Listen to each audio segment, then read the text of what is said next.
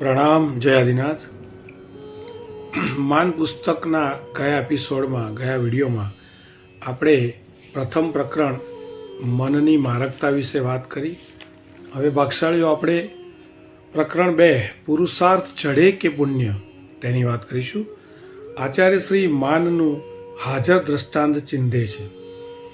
ધર્મનંદન આચાર્ય શ્રી મહારાજ રાજાને કહે છે કે હે નરવર, જો અભિમાન એક મોટા ભૂત જેવું છે, એનાથી પકડાયેલો જરૂર પડે પોતાના માતા પિતાને હાથે કરીને મોતના મુખમાં પડતા રોકતો નથી, યાવત પોતાની પત્નીને પણ આત્મઘાત કરતી નિવારતો નથી, જેમ કે દાખલા તરીકે આ પુરુષ. ત્યાં રાજા પૂછે છે, ભગવાન, અહીં ઘણા બેઠા છે, એમાં કોણ ને એણે શું કરેલું?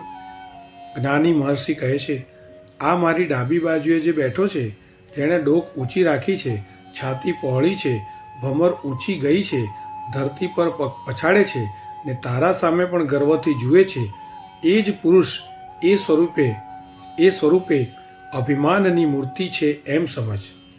સાંભળ, એણે શું શું કર્યું છે. અભિમાન પર કથા. અવંતી નામનો દેશ છે, એમાં ઉજ્જૈની રાજધાનીની નગરી છે.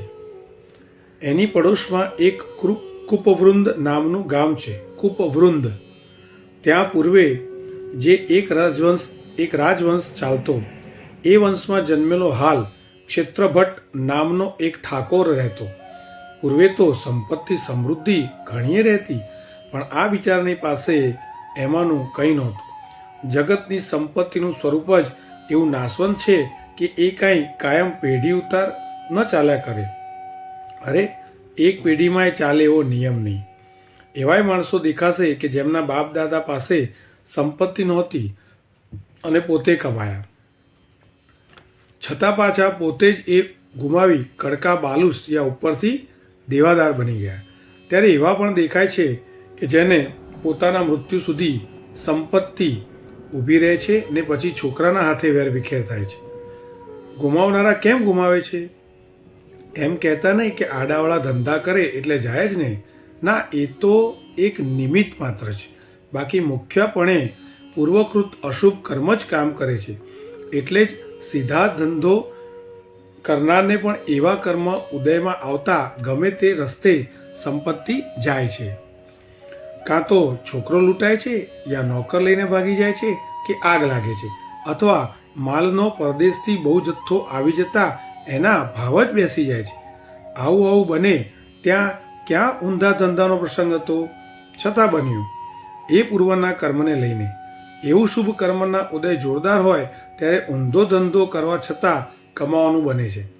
કહો, રાજાના મુગટને ઉડાવે કે રાજાને એની ટાંગ પકડી સિંહાસન પરથી હેઠો નાખે, એ ધંધો કેવો, સીધો કે ઊંધો? એવા ઊંધા ધંધામાં કમાઈ થાય કે સજા થાય? પણ શુભ કર્મ બળવાન હોય તો જુઓ કેવી કમાઈ થાય છે. ઊંધા ધંધામાં કમાઈનું દ્રષ્ટાંત. એક રાજા હતો. એના નગરમાં એક ગરીબ માણસ ઘણા વખતથી ગરીબાઈથી પીડાતો. એને એક જોશી મળેલ. એણે કહ્યું, તું ગમે તેટલા ફાંફા માર, પણ તારું કાંઈ નહીં વળે. કિંતુ એવો એક સમય આવશે કે જ્યારે તું મોટો ધનાઢ્ય થઈશ, માટે ધીરજ રાખ. ખરાબીની આશા કોણ કરે છે? ખરાબની આશા કરે તો ધર્મના દ્વાર ખુલી જાય. લક્ષ્મી જાય ખરી કે નહીં? જાય ખરી, છતાં વિચાર ક્યાં આવે છે કે કદાચ આ લક્ષ્મી જવાનો સંભવ છે, માટે લાવ હાથમાં છતે એનો સદુપયોગ કરી લઉં.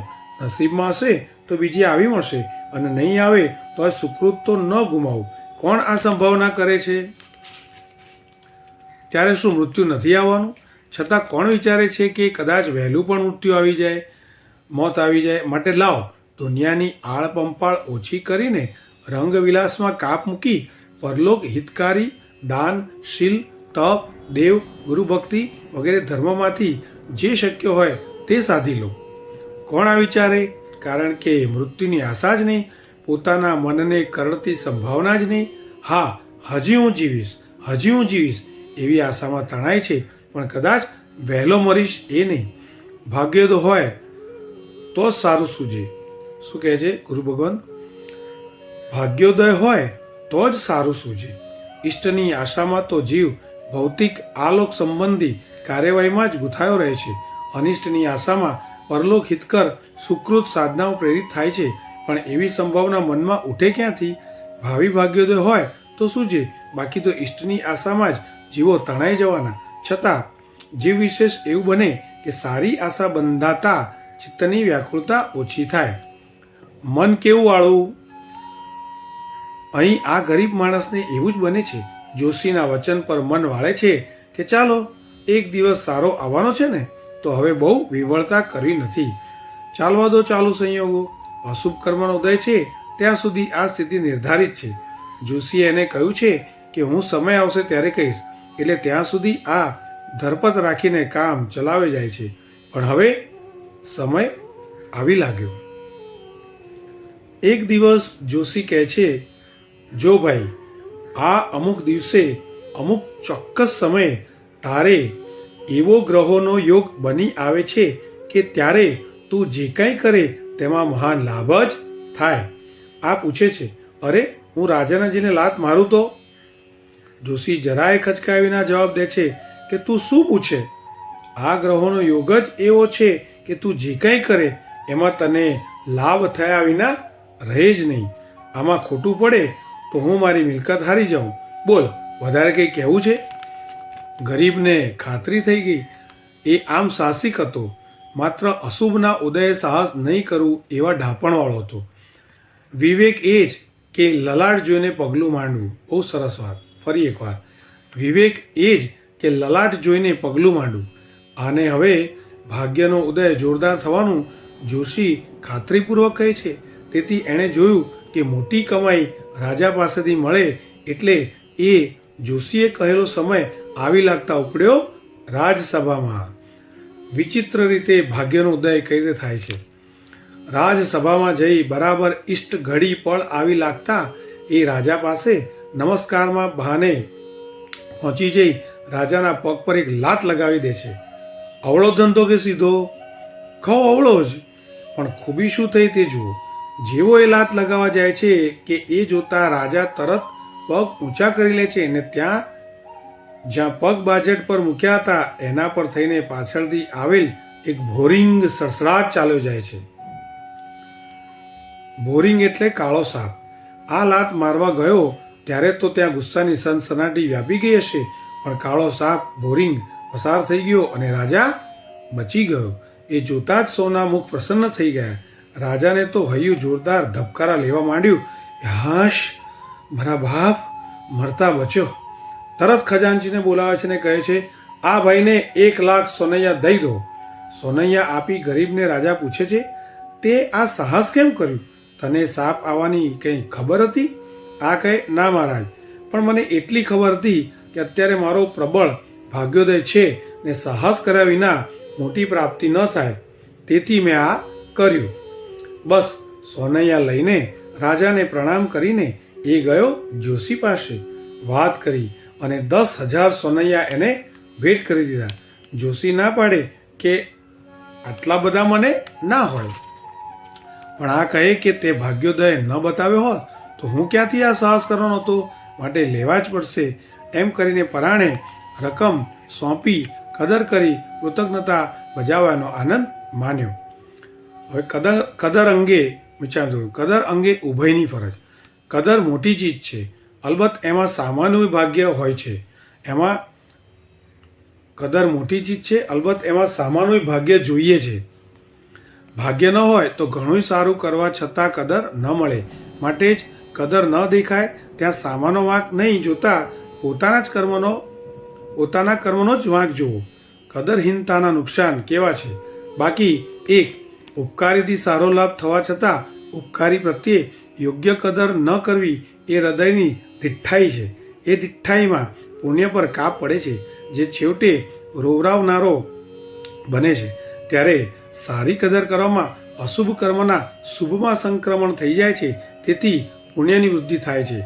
2, વળી કદરહીનતામાં પછી દેવગુરુનીએ તેવી કદર નથી કરાતી, તેથી એમની સેવારૂપ મહાન ધર્મ ચૂકવાનું થાય છે. એટલું જ નહીં, પણ કદર ક્યારે ચૂકે? જળ માયાની વધારે પડતી આસક્તિ લંપટતા થાય ત્યારે, એટલે કદરહીનતામાં એ પોસાય છે.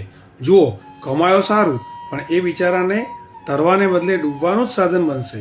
આ ગરીબ માણસ કદરદાન તે જોશીને ત્યાં 10,000 સોનાની રકમ મૂકીને ચાલતો થયો. વળી પાછો એક સમય આવ્યો ત્યારે જોશી આને ચોક્કસ સમય કાઢી આપી સાહસ કરવા કહે છે. આને જોરદાર શુભ કર્મ ઉદય છે એટલે મગજમાં એવી વિચિત્ર જ સ્ફુરણા થાય છે.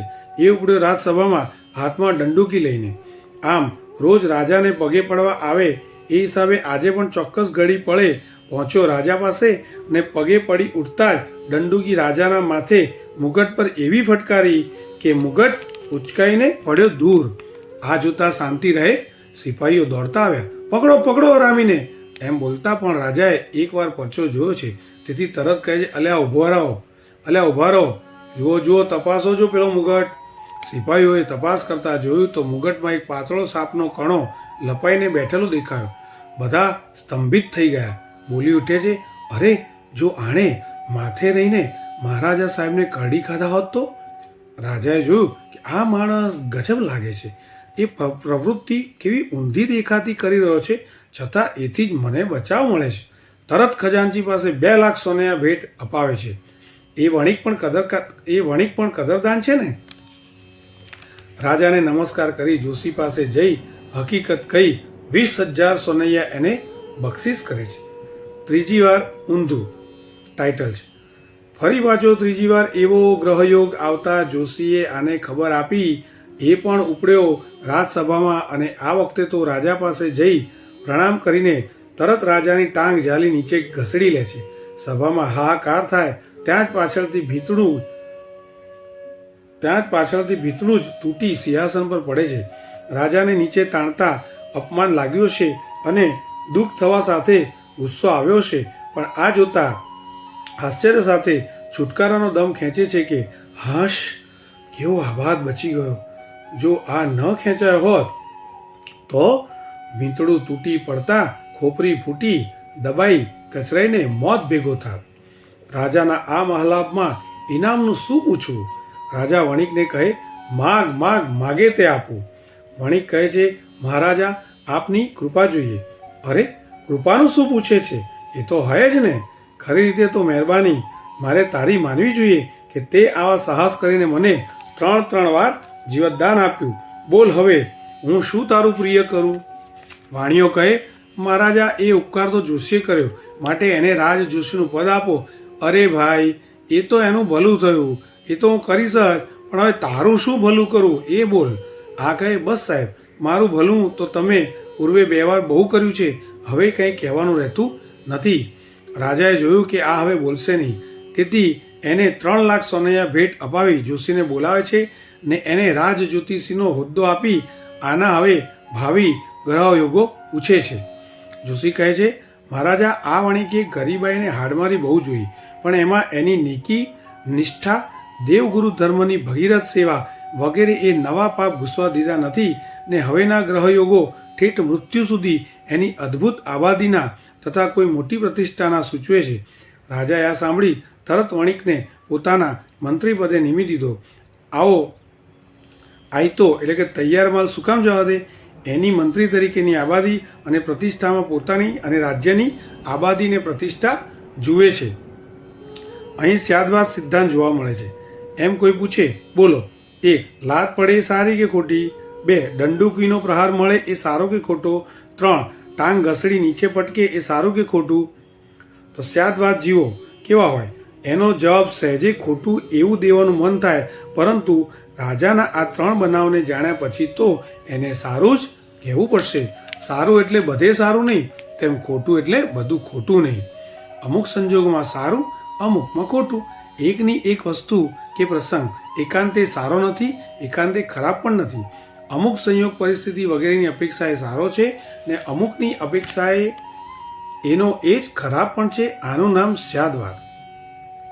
તો સ્યાદવાદ એટલે શું કે ભાઈ અમુક સંયોગ પરિસ્થિતિ વગેરેની અપેક્ષાએ સારોય છે ને અમુકની અપેક્ષાએ એનો એ જ ખરાબ પણ છે. આ જૈન ધર્મની અનન્ય ભેટ છે. જૈન ધર્મ વિના બીજા કોઈએ જગતમાં આ ભેટ કરી નથી. બીજાઓ એકાંતવાદી છે. એક પૂછડું પકડ્યું તે પકડ્યું, એ તરફ જ દ્રષ્ટિ, બીજી તરફ જોવાનું જ નહીં. સોનાનું ઘરેણું ચાંદીની દ્રષ્ટિએ વધુ કિંમતી છે, પરંતુ હીરાના દાગીનાની દ્રષ્ટિએ ઓછું કિંમતી જ કહેવું પડે. એકાંત પકડનાર સી રીતે આ કહે? જીવનમાં સ્યાદવાદ જીવાય તો ઘણા પ્રશ્નો ઉકલી જાય, ઘણા ક્લેશ ઝઘડા ઊભા જ ન થાય. સી રીતે? જે એક દ્રષ્ટિએ જોવામાં મૂંઝવણ થાય છે, દુઃખરૂપ લાગે છે, એનાથી બીજી દ્રષ્ટિએ જોવામાં મૂંઝવણનું સમાધાન થાય છે, ક્લેશ મટી જાય છે.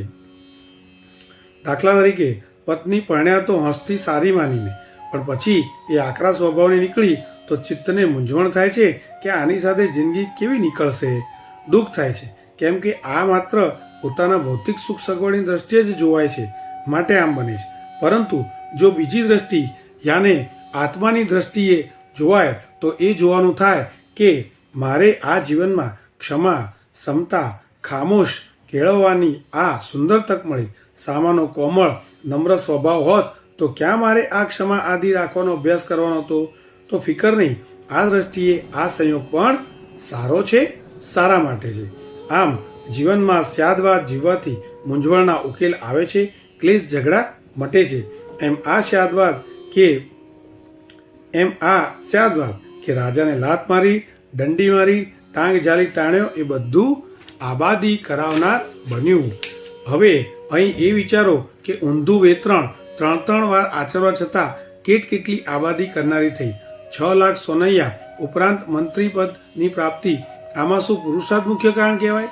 કહીએ તો એનો તો એવો અર્થ થાય કે રાજાને લાત મારવાનો પુરુષાર્થ કરે તો 1 લાખ સોનૈયા મળે, મુગટ ઉડાડવાનો પુરુષાર્થ કરે તો 2 લાખ સોનૈયા મળે, ને પગેથી ઘસી નીચે પાડવાનો પુરુષાર્થ કરવામાં 3 લાખ સોનૈયા સાથે મંત્રીપદ મળે.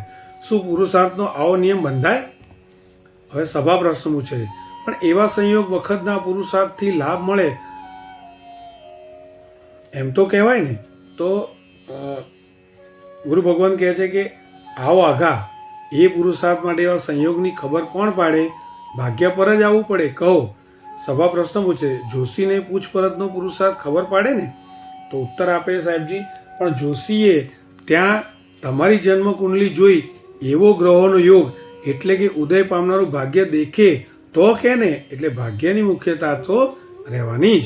હા, એમાં કોઈક સારું ભાગ્ય ઊંધા પુરુષાર્થનું નિમિત્ત પામી ઉદયમાં આવે એ બને, પણ તેથી હાલતા ને ચાલતા ઊંધા પુરુષાર્થ કરાય નહીં. એમ તો ઠેસ વાગતા રસ્તા પરથી ઢેફું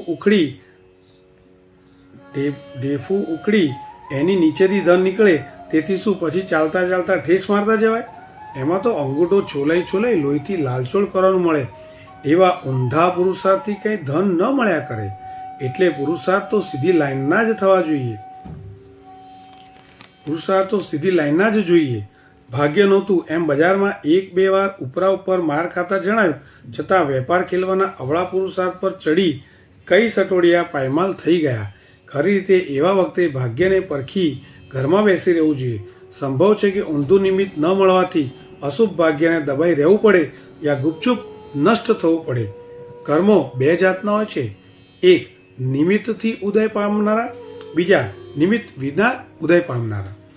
ખાવામાં ભાન ન રાખ્યું ને માંદા પડ્યા, એ નિમિત્તના હિસાબે અસાતા વેદનીય કર્મ ઉદયમાં આવ્યું. આરોગ્યના નિયમ સાચવતા હતા, છતાં કોક ટીબી કેન્સર જેવો રોગ ફૂટી નીકળ્યો, એ એવા નિમિત્ત વિના કર્મ ઉદયમાં આવ્યું. માટે ખાવા, પીવા, બોલવા, ચાલવા વગેરે બધામાં અવળો પુરુષાર્થ ન કરીએ તો નિમિત્તથી ઉદય પામનારા કર્મના મારથી બચી જઈએ. ત્યારે નિમિત્ત વિના ઉદયમાં આવનારા કર્મથી તો ગમે તેટલો સવળો પુરુષાર્થ રાખો તોય બચાય એમ નથી. એ તો ચમરબંધીને ભોગવી જ લેવો પડે. બસ જીવનની ખૂબી આ કે એક અશુભ કર્મ ઉદય પામે, તેથી આપત્તિ પ્રતિકૂળતા આવે ત્યાં એને નિર્ધારિત સમજી લે. એ પ્રતિકૂળતા દ્વારા કર્મ ભોગવાઈ એ કર્મ કચરો આપણા આત્મા પરથી સાફ થઈ રહ્યાનો આનંદ માનો. ક્યારેક દુઃખ, આપત્તિ, અણગમતામાં વિષાદ ન કરવો. તેથી એમાં કોઈના પર દ્વેષ કરવાનું, ગાળ દેવાનું વગેરે નવું અપકૃત્ય નહીં થાય. 2. અવળા પુરુષાર્થ નહીં કરવા. અવળા પુરુષાર્થ એટલે અવિવેક, ટૂંકી દ્રષ્ટિ, ક્ષુદ્રતા, ઉકળાટ, અજ્ઞાનતા, ઉછાળછળાપણું, અધિકાર બહારની ચેષ્ટા વગેરેથી થતા પ્રયત્ન એ નહીં કરવા. દાખલા તરીકે 1. વડીલ ગુસ્સે થયા પણ એમને ઉદ્ધત બોલ સંભળાવવા એ અવિવેકનો પુરુષાર્થ કહેવાય. 2. મિષ્ટાન જમવા બેઠા એ જીભને સારું કે શરીરને પૌષ્ટિક લાગવાથી વધારે પડતું ખાઈ લીધું એ ટૂંકી દ્રષ્ટિનો પુરુષાર્થ છે. 3. આશ્રિતે પ્રેમમાં કંઈ માગણી કરી એને ઝટ ઉતારી પાડ્યો એ શુદ્ર પુરુષાર્થ છે. 4. ગુસ્સાના આવેશમાં જેમ તેમ બોલી કે વર્તી નાખ્યું એ ઉકળાટનો પુરુષાર્થ થયો. 5. સત્તા, સંપત્તિ, હોશિયારી કે ડિગ્રી વગેરેના મદમાં વસ્તુ સ્થિતિનો વિચાર ન કર્યો, જેમ તેમ બાફી માર્યું એ અજ્ઞાનતાનો પુરુષાર્થ. 6. એવા જ કોક મદમાં, અભિમાનમાં ગંભીરતા ભૂલી ઉછળી પડ્યા ને વર્તાવ કર્યો એ ઉછાંચણાપણાનો પુરુષાર્થ. અને 7. પોતાનો અધિકાર જ્યાં પહોંચતો નથી ને દોઢ ડાપણ કર્યું તો એ અધિકાર બહારની ચેષ્ટાનો પુરુષાર્થ થયો કહેવાય. આ બધા અવળા પુરુષાર્થ છે. હવે ટાઇટલ છે સવળા પુરુષાર્થના સાધન. પેલા અવળા હતા, હવે સવળા કયા? તો કે જીવનમાં આવા તો કઈ અવળા પુરુષાર્થ ચાલે છે, એ અટકાવવા હોય તો એ અવિવેકી, ટૂંકી દ્રષ્ટિ વગેરે મૂળભૂત દોષોને હટાવવા જોઈએ. આપણા સ્વતંત્ર પુરુષાર્થમાં એ લુચ્ચાઓની દરમિયાનગીરી શા માટે? પુરુષાર્થને જસ અપાવનારા ગુણો વિવેક, દીર્ઘદ્રષ્ટિ, ઉદારતા, સૌમ્યતા, વિચારકતા, ગંભીરતા અને અધિકાર અનુસાર જ વર્તાવની ટેક વગેરે વગેરે સદ્ગુણો જ કેળવીએ જવા જોઈએ કે જેના સહારા ઉપર સીધા જ પુરુષાર્થ આપણે કરવા પામીએ, સારા સાધન પર સહેજે સારું કાર્ય થાય. બસ આવા પુરુષાર્થ સચવાય અને બીજી બાજુ અશુભ ભાગ્યના ઉદય વખતે પાપ કચરો નાશ પામી રહ્યાનો આનંદ રહે તથા શુભ ભાગ્યના ઉદયમાં જરાય મદ ઉન્માદ હરખ નહીં, એ જીવનને સુંદર રીતે જીવાડે છે. તો આ સાથે મિત્રો માન પુસ્તકનું બીજું ચેપ્ટર પણ પૂરું થયું. ફરી એકવાર પહેલું ચેપ્ટર હતું મનની મારકતા, બીજું ચેપ્ટર હતું પુરુષાર્થ ચડે કે પુણ્ય. હવે આવતા વિડીયોમાં આપણે ત્રીજું ચેપ્ટર માનભટ્ટ નામના પાત્રની વાત કરીશું. માનભટ્ટ બરાબર જીવંત માન. તો જીનાગના વિરુદ્ધ કંઈ પણ બોલાઈ ગયો હોય, ઉત્સૂત્ર પ્રરૂપણા થઈ હોય તો ત્રિવિધે મિચ્છામિ દુક્કડમ. પ્રણામ, જય આદિનાથ. જો તમને અમારો આ વિડીયો ગમે છે, આ રીતે ચોપડીઓ અમે વાંચીએ છીએ, તેમાંથી ચોપડી પૂરી થયા પછી સવાલ જવાબ બનાવીશું તો ઘણું બધું આપણને જાણવા મળશે. જીન શાસનોમાં કેટલી વસ્તુ સરસ સુંદર લખેલી છે. પરમાત્મા પછી ગણધર ભગવંતો મારફતે આચાર્ય ભગવંતોથી આ આખું પરમાત્માનું શાસન આપણા સુધી આવે છે. તો આને શ્રવણ કરવાનો, સાંભળવાનો ખૂબ જ આગ્રહ રાખજો. રાત્રે વાર્તાની જેમ બાળકોને પણ કહેવાય. રાત્રે આપણે બીજા સોશિયલ મીડિયા કરતાં આ વિડીયોને સાંભળતા સૂઈ જઈએ તો પણ આપણી સદગતિ ચોક્કસ નિશ્ચિત થાય. તો આ ચેનલ જૈનિઝમ આશીષ નામની ચેનલ જે તમને સ્ક્રીન પર દેખાય છે તે તમારે સબસ્ક્રાઈબ કરવા નમ્ર વિનંતી. અને ખાસ એમાં એંગર મેનેજમેન્ટ એ ક્રોધાદી કસાયને રોકવાની ચાવીઓ એ પણ પરમ પૂજ્ય આચાર્ય ભગવાન ભુવન શ્રીજી મહારાજાનું છે. બીજું પણ ધ્યાન અને જીવન તે પણ તેમના પુસ્તકને આધારિત છે. મેડિટેશન એના પર છે. તો આ રીતે અલગ અલગ ટાઇટલ આપણે આપીશું અને આમાં પણ આપણે ઇગો મેનેજમેન્ટ જેવું એક ટાઇટલ આપી અને આખું આ પુસ્તક વાંચીશું. તો ખાસ આના ભાગ જોજો, લાઇક, શેર અને કોમેન્ટ કરજો અને બીજાને પણ આ શેર કરજો જેથી ઉંમરલાયક હોય અથવા તો ખાસ કાર ચલાવતા કે ટ્રેનમાં મુસાફરી કરતા કે રિક્ષામાં જતાં પણ આપણે આ વિડીયો સાંભળી શકીએ. તો એ બાને ચોપડી પણ વંચાઈ જાય અને આપણા જ્ઞાનાવર્ણ્ય કર્મો પણ તૂટે, નિર્જરા થાય. એ સાથે પ્રણામ, જય આદિનાથ.